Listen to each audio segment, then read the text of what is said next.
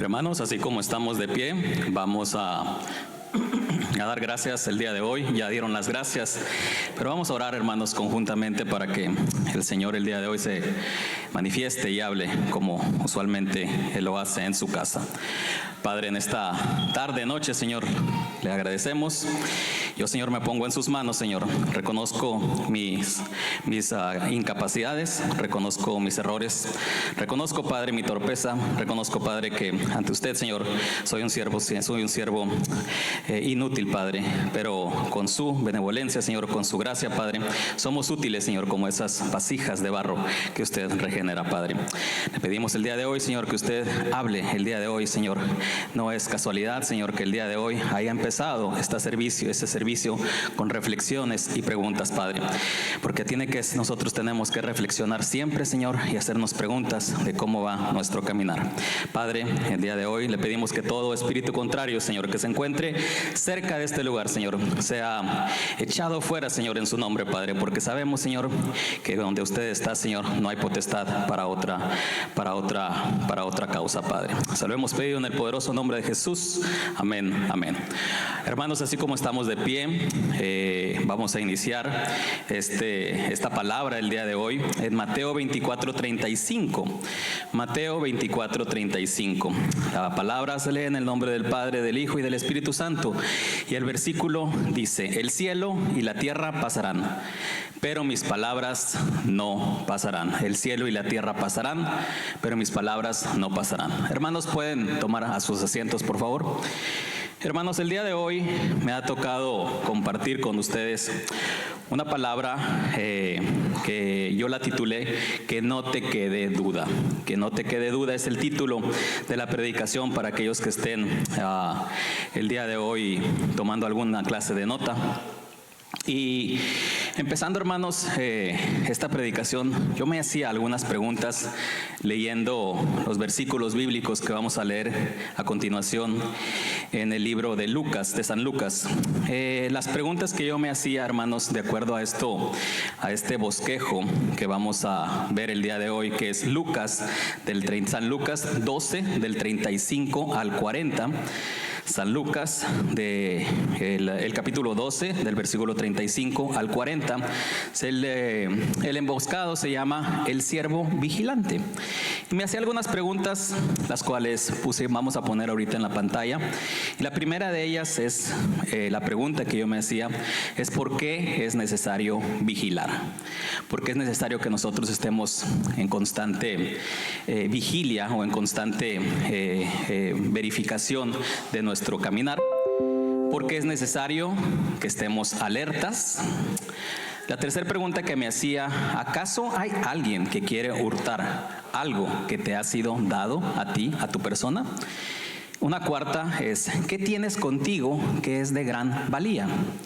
Y por último, ¿por qué esta instrucción es para todos? Es para todos, es para hombres, para mujeres, para todos aquellos que ya tienen conciencia de lo bueno y de lo malo. Hermanos, al hacerme estas preguntas, iniciando esta predicación con esta introducción, vemos el versículo 35 de Lucas 12 que dice: estén ceñidos vuestros lomos y vuestras lámparas encendidas. Hermanos, en este capítulo el maestro Jesús se dirigía a los discípulos y les decía: estén ceñidos vuestros lomos y vuestras lámparas encendidas. Esta expresión, hermanos, se ha utilizado, el ceñirse los lomos, se ha utilizado más de una vez en la Biblia. En algunos de los capítulos en los que podemos encontrarlos es en el primer libro de Pedro, donde el Padre insta al pueblo a prepararse para accionar en la temporada que se acerca. ¿Qué temporada se acercaba en aquellos tiempos? Se acercaba el llamamiento a una vida santa para aquellos expatriados en la dispersión. ¿En cuál dispersión? Nosotros sabemos que cuando Jesús muere, es crucificado y después resucita al tercer día, hay una dispersión. ¿Por qué? Porque ahora existe que los romanos empezaron a buscar a los judíos, a tratar de matarlos, de dispersar aquellos que pues se nombraban seguidores de Jesús.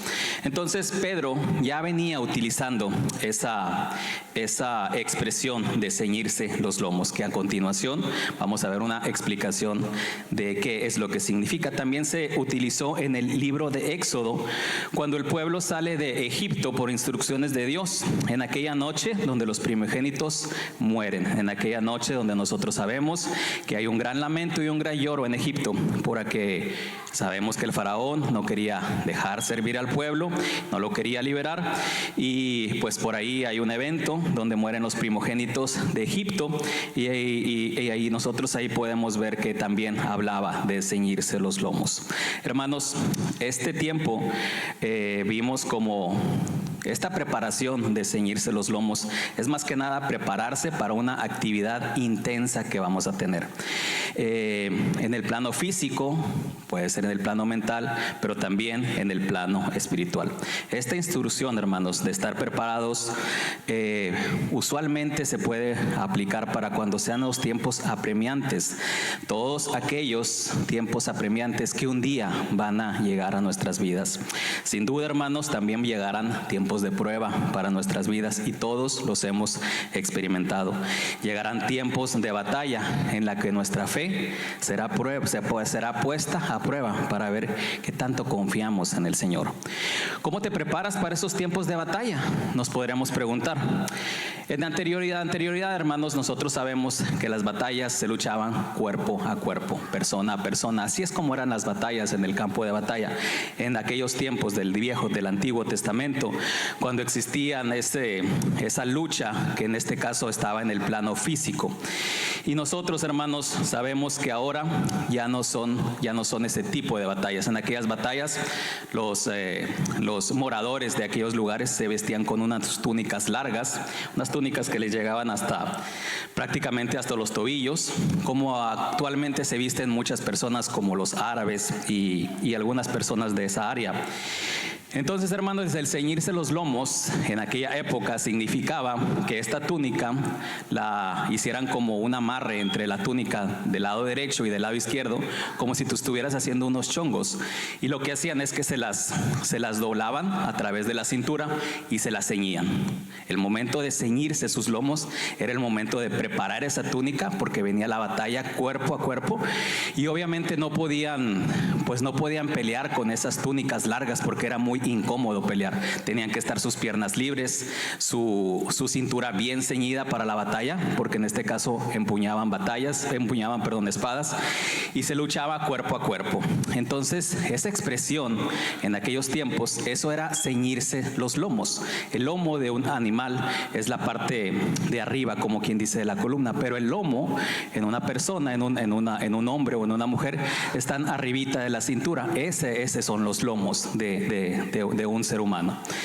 Hermanos, en la actualidad el ceñirse los lomos ya no es así.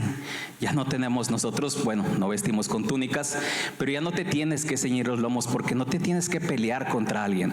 En el tema espiritual, ya la batalla ya no es cuerpo a cuerpo.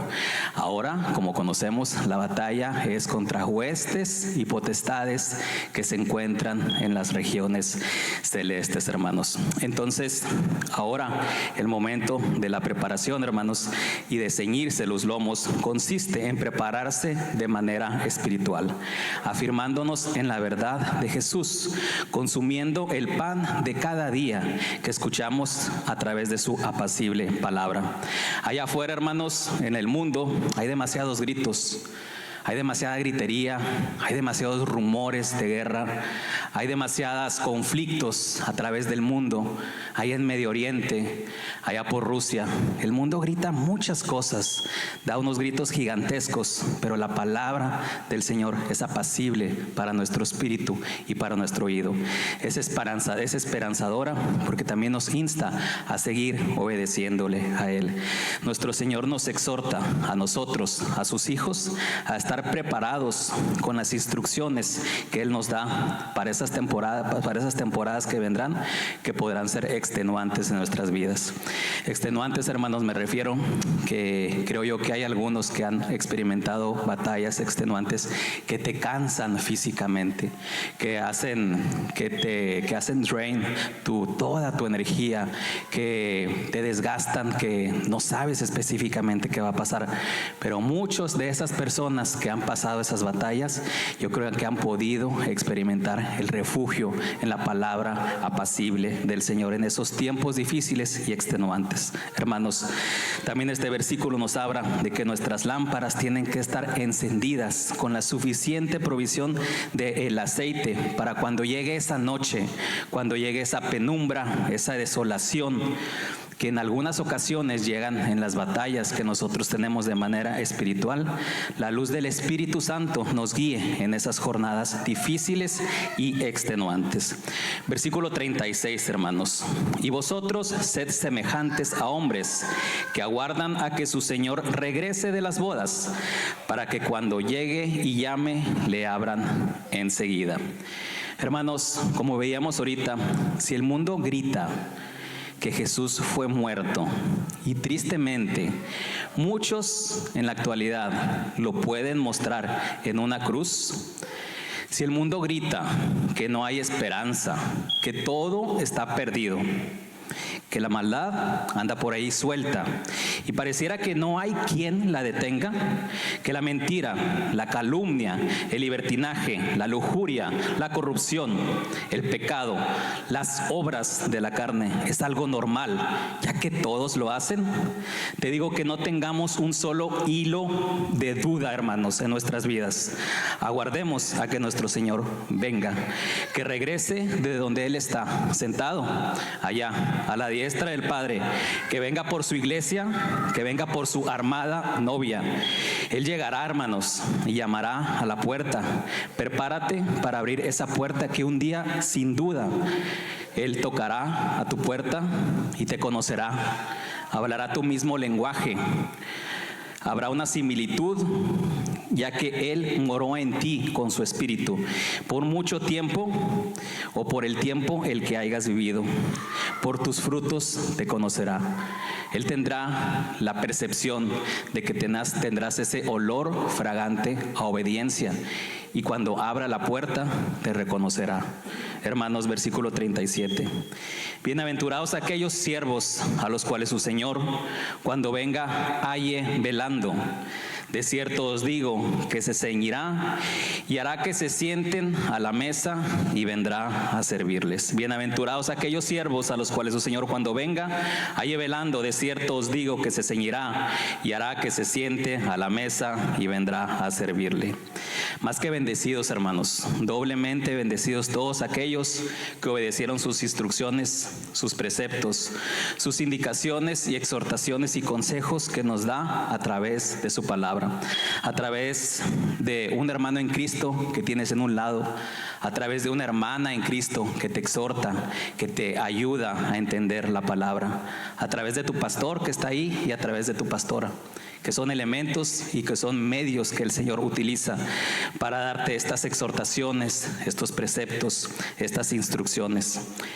Hermanos, sobre todo, las instrucciones que el Señor te da a ti de manera personal, cuando lo buscas de manera sincera, sin esperar absolutamente nada a cambio, sino simplemente buscando su consuelo y buscando su guía.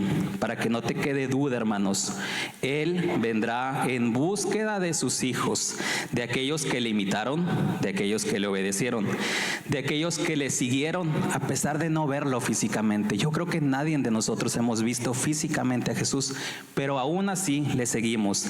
De aquellos que estuvieron velando, como dice la palabra, por su venida, esperándolo de manera ansiosa. El día de hoy uno de mis hermanos me decía que estaba esperando a su nieto de manera ansiosa.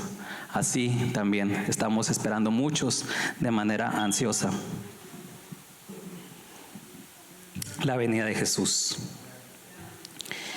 Jesús, hermanos, el Maestro está dispuesto, está preparado y está listo, nos dice este versículo, para sentarse a la mesa contigo.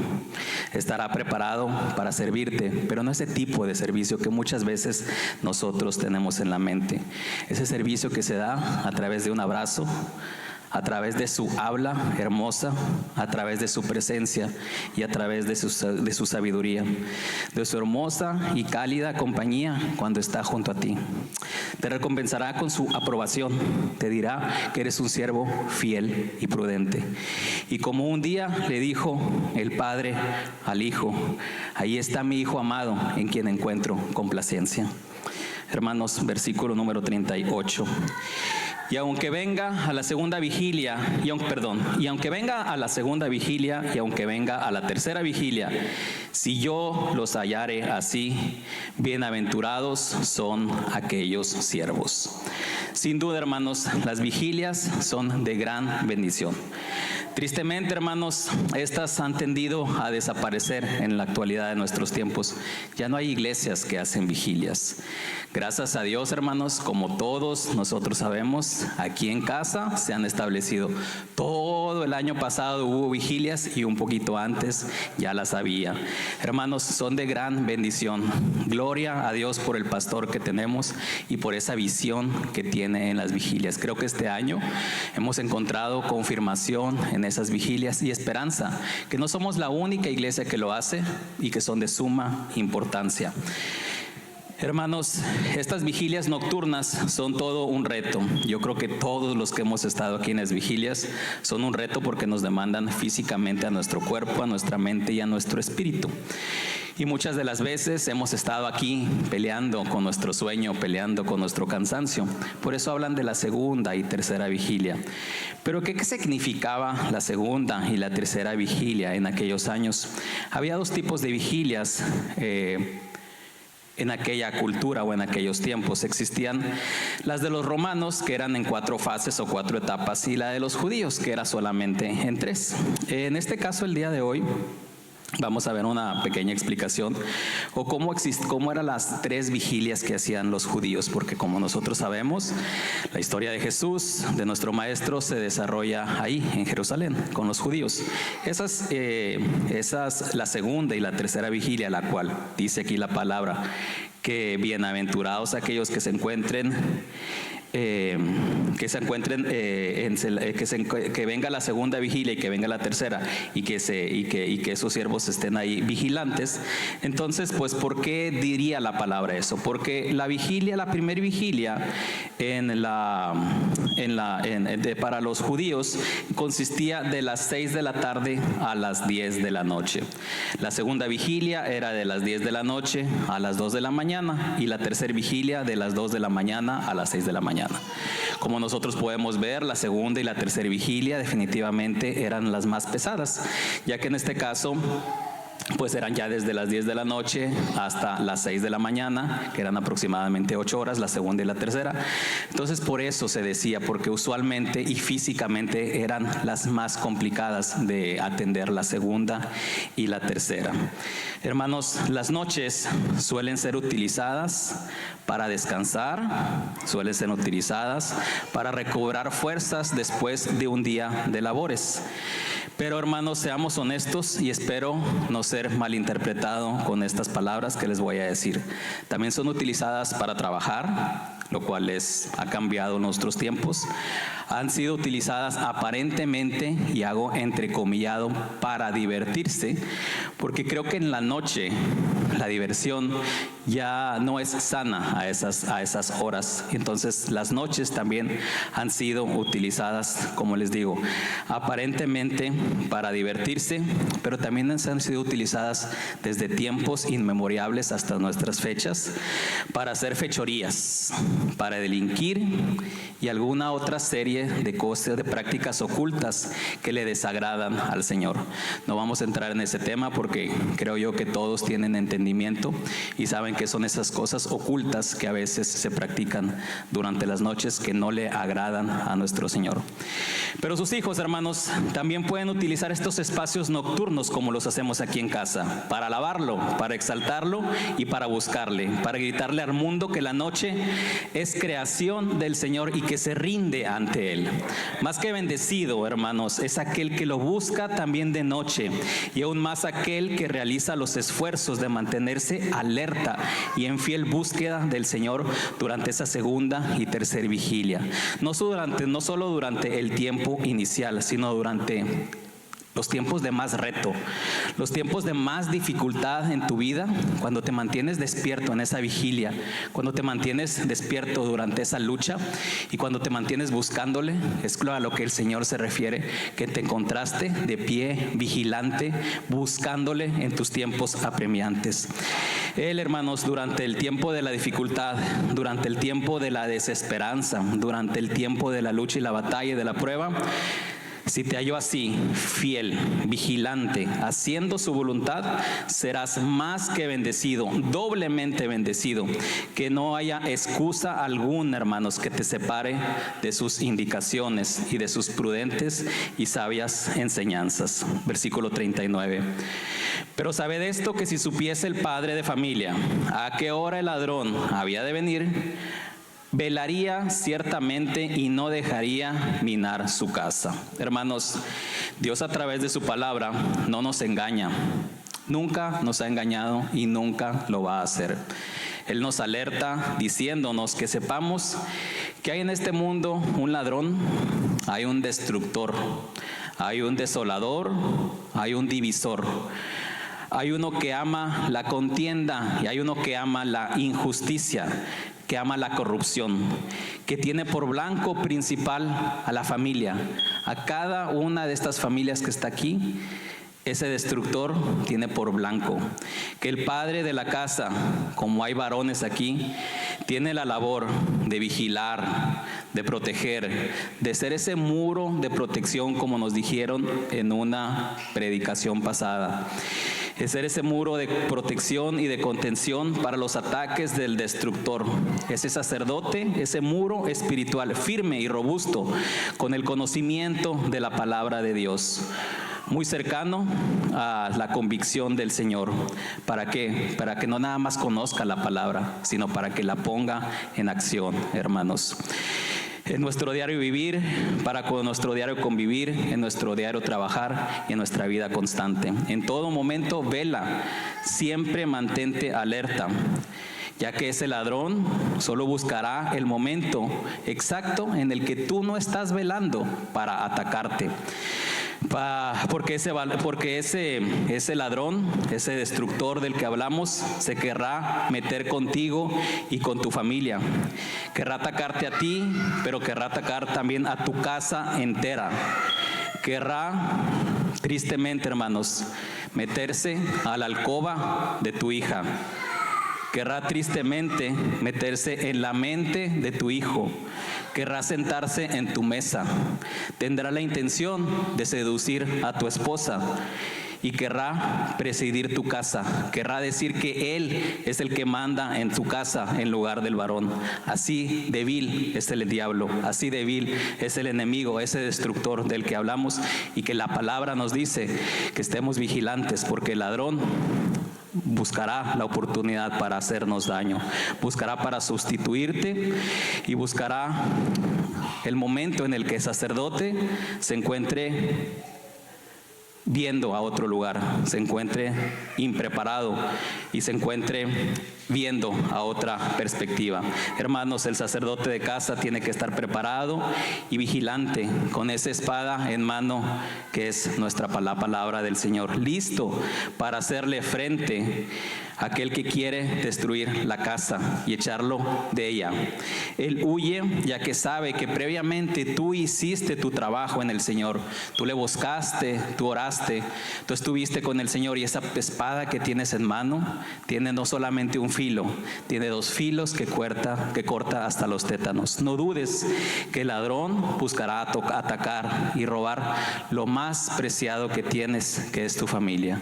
Hermanos, yo no creo que aquí alguien en su sano juicio, que tenga su familia y que tenga sus hijos, si le ofrecen una cantidad, es capaz de vender a su familia. Lo más preciado que uno tiene en casa es su familia. Ni 1 millón, ni 10, ni 100 millones de dólares que te pusieran ahí en la mesa podrían sustituir o podrías tú vender o dejar de proteger a tu familia.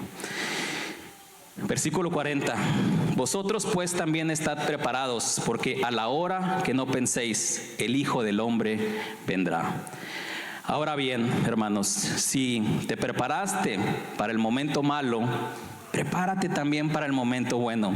Ya te ceñiste tus lomos, ya vigilaste, ya obedeciste, ya leíste, ya aprendiste sus enseñanzas, las aplicaste en tu vida, las viviste. No dudes que la hora del Hijo del Hombre vendrá, que Él vendrá por ti, vendrá por su iglesia, vendrá por su amada novia. Ese tiempo llegará, hermanos, sin duda llegará. Esa preparación que realizaste durante tu caminar con Él y lo incluiste en tu vida, te preparará para recibirlo, hermanos, con una hermosa vestidura.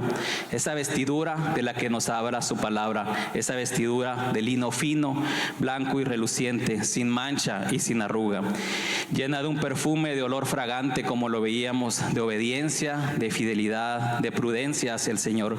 Prepárate para lo bueno, hermanos, que no te quede duda que Jesús vendrá.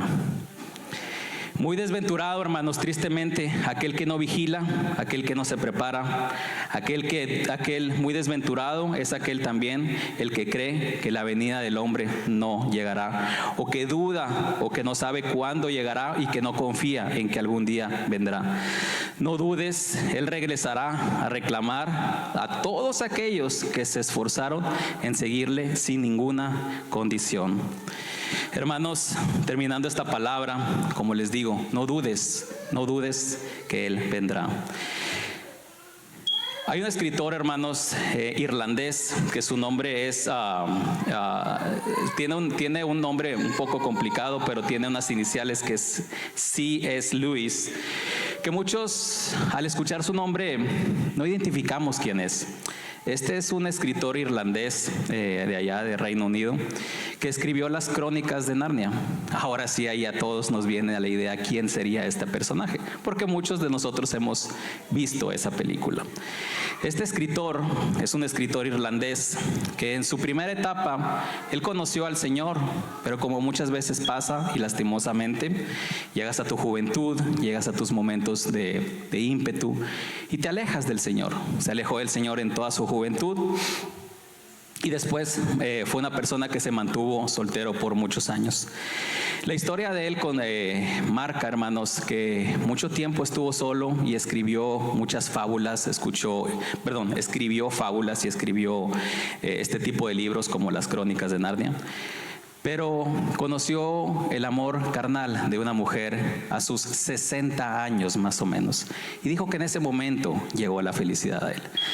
No tanto por conocer a la mujer, que era una divorciada de un escritor que él conocía. Este escritor estudió en la Universidad de Oxford, que está en Reino Unido también, que es una universidad muy prestigiada. Pero este hombre escribía hacia el mundo, hacia las historias. Pero su vida cambia drásticamente a sus 60 años. Muere aproximadamente a los 65. Pero lo interesante de la historia de él es que se casa en el hospital, en la cama de hospital con su esposa. La esposa estaba demasiado enferma que no podía salir del hospital. Y él la amaba profundamente, entonces le pidió matrimonio y fueron a casarlos ahí a la cama de hospital. Un año después, los médicos dicen que esta mujer no se iba a poder recuperar, pero pasa un año y milagrosamente este hombre se refugia en el Señor que conoció y la mujer vive un año de plenitud y viven un año bastante felices como matrimonio. Ahí es donde este hombre cambia su forma de pensar y después escribe algunos libros de reflexiones en los Salmos, de Dios en el estrado y algunos otros libros cristianos, donde él ahora argumenta haber regresado al camino del Señor. Este hombre hace una reflexión y dice: si tu meta es el cielo, también conseguirás la tierra. Si tu meta es la tierra, no conseguirás ni la tierra ni el cielo. Por tanto, independientemente de donde quieras llegar en esta tierra, pide un favor, por favor, comienza buscando el camino que lleva al cielo. Y yo agrego de mi parte, siendo un siervo vigilante que cuida y valora su salvación como su tesoro más preciado, que no te quede duda alguna, Jesús vendrá por ti. Hermanos, que Dios les bendiga.